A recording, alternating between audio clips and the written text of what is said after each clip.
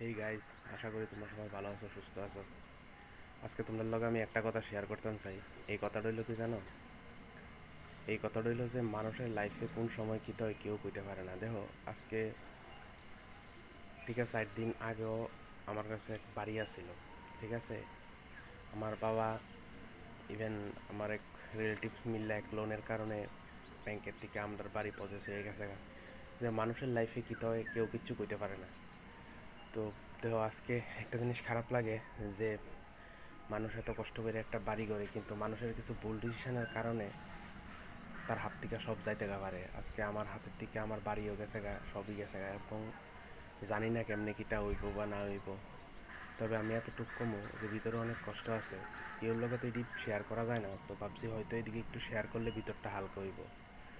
বাড়িও নাই, কিচ্ছুই নাই, আবার ভাড়া। মানুষ তার লাইফে বহুত কষ্ট করে একটা বাড়ি করে, কিন্তু বাড়ি করার পর যখন এটা আবার জায়গা, তখন যার গেছে তারই বুঝে। মানে আমরা লগে টোটালি একটা কইতে গেলে একটা ফ্রড স্ক্যামের কারণে আজকে বাড়িটা আমরা হাতের দিকে গেছে গা। কী করুম কিটা করুম কিচ্ছুই জানি না, আসলেই জানি না। আসলে মানুষের লাইফের কোনো গ্যারান্টি নাই, কার লগে কোন সময় কিতা হয়।